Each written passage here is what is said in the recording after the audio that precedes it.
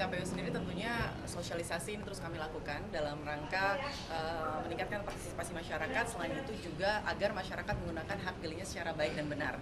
Jadi ini tentunya menjadi salah satu PR juga bagi kami untuk bisa bagaimana menjangkau seluruh lapisan masyarakat di DKI Jakarta supaya bisa ikut serta dan berpartisipasi dalam pemilihan gubernur dan wakil gubernur DKI Jakarta dengan baik dan benar. Kami yakin, kami optimistis bahwa warga DKI Jakarta sekarang cerdas-cerdas, kritis-kritis, dan semuanya bisa menilai ketiga pasangan calon ini dengan pikiran dan pandangan yang terbuka begitu. Jadi kami sangat optimistis dengan melihat profil warga DKI Jakarta yang saat ini semakin berkembang, melek digital dan sebagainya. Justru itu yang membuat masyarakat Jakarta justru semakin kritis dalam memilih siapa gubernur yang akan memimpin di 5 tahun ke depan. Tapi kalau dari gerakan Coblos 3 paslon itu, kalau seandainya ada pemberian uang itu ada sanksi atau gimana? Kalau politik uang itu kan jelas-jelas pidana ya, untuk jelas-jelas pidana untuk politik uang gitu. Jadi dan juga misalnya kita jadi memilih itu kan sebenarnya hak masing-masing warga, apakah memilih atau tidak. Namun kalau kita mengajak masyarakat untuk tidak memilih itu bisa dipidanakan. Kalau dari bawah sendiri Pak, bagaimana melakukan bentuk pengawasannya? Apa itu yang Terkait gerakan 3 pasang itu? ya sosialisasi ya, sama seperti KPU. Hari ini kami juga melakukan sosialisasi dalam bentuk forum warga. Tentu informasi seperti itu akan kami sampaikan juga melalui media sosial. Dan juga butuh bantuan teman-teman sekalian bahwa bagaimana kita menggunakan hak pilih itu sesuai dengan pasti semua pihak stakeholder akan kita ajak bersama-sama, dan poin terpentingnya adalah sosialisasi supaya semuanya tahu. Kalau pengawasannya nanti gimana, Mas? Pengawasan Ya, kami juga sudah diperintah ya melalui surat edaran atau surat instruksi dari Bawaslu RI berkaitan dengan pengawasan cyber itu. Tentu akan kami matangkan, dan hari ini kan masih bisa bersiap-siap menjelang masa kampanye dan seterusnya. Dan tentu itu menjadi perhatian kami juga, pengawasan di media sosial. Dan juga yang terpenting adalah bantuan dari partisipasi masyarakat. Kami sudah siapkan WA Center atau datang ke tiap-tiap kantor pengawas di kecamatan, kabupaten kota ataupun di provinsi, dipersilakan. Kalau ada indikasi informasi awal yang sifatnya dugaan pelanggaran, silakan menyampaikan laporannya kepada kami.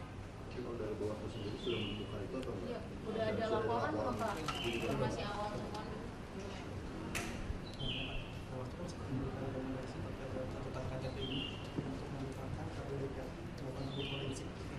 Informasi dari mana?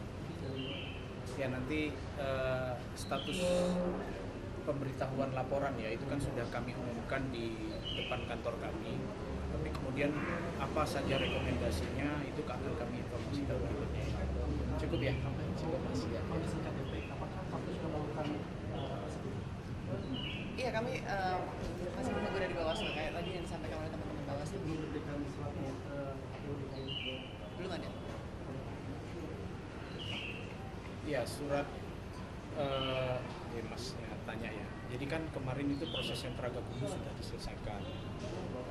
Ada beberapa hasil ya dari pembahasan kami. Misalnya secara administratif, memang ada nama-nama yang harus kami dorong kembali kepada KPU untuk dicek ulang di dalam silon dan sebagainya sesuai dengan aturan, apakah harus ditemeskan atau tidak. Itu data-data itu, nama-nama itu yang memang kami kumpulkan juga, selain dari pelapor juga kami kumpulkan dari WA Center. Nah itu yang kemudian akan kami mintakan kepada KPU untuk ditindaklanjuti. Juga kepada pihak-pihak lain, misalnya ke kepolisian dan sebagainya, yang kami mohon akan kami informasikan. Demikian ya. Surat pemberitahuan itu hukum acara dalam Perbawaslu bahwa ketika proses penanganan dugaan pelanggaran itu sudah diselesaikan, maka wajib diumumkan.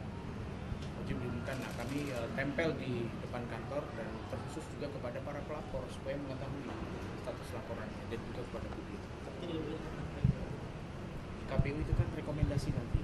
Kalau itu status laporannya itu yang harus diberitahukan, makanya sifatnya pemberitahuan atau pengumuman dari status laporan dari para pelapor yang sudah menyampaikan laporan. Makasih ya. Ya. Ada lagi? Pak Dodi, silakan. Sebagai ini kan lagi ramai ajakan untuk golput, tapi kalau dalam proses pengumpulan suaranya ini yang golput ini menang di antara 3 calon, apakah akan mempengaruhi hasil penetapan ataukah yang akan menang ini tetap yang walaupun angka golputnya banyak seperti itu karena gerakan 3 paslon ini Teknis nih, Pak Dodi, teknisnya silakan. Ya, kalau di pemilu di Indonesia kan nggak mengenal istilah nota ya, not at proof atau tidak memilih semuanya.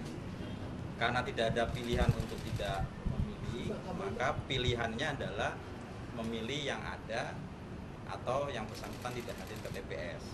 Di dalam undang-undang pilkada, sepanjang tidak ada ajakan yang disertai dengan tawaran uang atau materi lainnya, maka itu ya sah-sah saja sebagai aspirasi personal, ya kan. Tapi kalau itu ada ajakannya berupa uang atau materi lainnya untuk tidak memilih atau menjadikan suara menjadi tidak sah, maka itu masuk dalam kategori nanti pidana pemilu. Tapi kita nggak usah masuk ke sana lah. Karena apa? Karena kita yakin ini kan belum masa kampanye ya. Nanti kalau sudah penetapan calon tanggal 22, pengundian nomor urut tanggal 23, kampanye tanggal 25, sudah mulai sosialisasi visi misi program, kita yakin masyarakat Jakarta adalah masyarakat yang rasional, masyarakat yang cerdas, yang bisa memilah dan memilih. Jadi ibaratnya ini adalah pesta rakyat, namanya pesta kan senang-senang ya, happy-happy. Kita diberikan menu, ada 3 menu, ya kita pilih yang mana yang sesuai dengan kesukaan kita. Ini kan hak yang diberikan oleh konstitusi, jadi sayang sekali kalau warga Jakarta tidak menggunakan hak pilihnya. Tentu ada kaidah-kaidah untuk memilih dalam Islam, misalnya pilih yang lebih banyak maslahatnya daripada mudorotnya. Ada yang memilih yang paling kecil mudorotnya, dan sebagainya dan sebagainya. Tentu ada banyak preferensi cara menggunakan hak pilih. Jadi kami berharap warga Jakarta justru berbondong-bondong datang ke TPS. Ini kesempatan, momentum pasca Undang-Undang Jakarta nomor 2 tahun 2024 tentang daerah khusus Jakarta tidak lagi menjadi ibu kota Jakarta, maka masa depan Jakarta itu berada di tangan warga Jakarta. Kapan? Ya saat pilkada nanti. Jadi kalau salah pilih atau tidak menggunakan hak pilih, maka yang rugi ya kita sendiri. Tapi kalau kita memilih pemimpin yang tepat, yang bisa membawa Jakarta bertransformasi dari ibu kota menjadi kota global dan pusat perekonomian, tentu yang untung, yang mendapat manfaat adalah warga Jakarta itu sendiri. Jadi kita lebih banyak mengajak masyarakat untuk berdialog. Ini manfaat yang bisa diambil kalau menggunakan hak pilih. Ini hak yang diberikan oleh konstitusi. Kita yakin warga Jakarta warga yang cerdas dan bisa memilih pilihan dengan baik.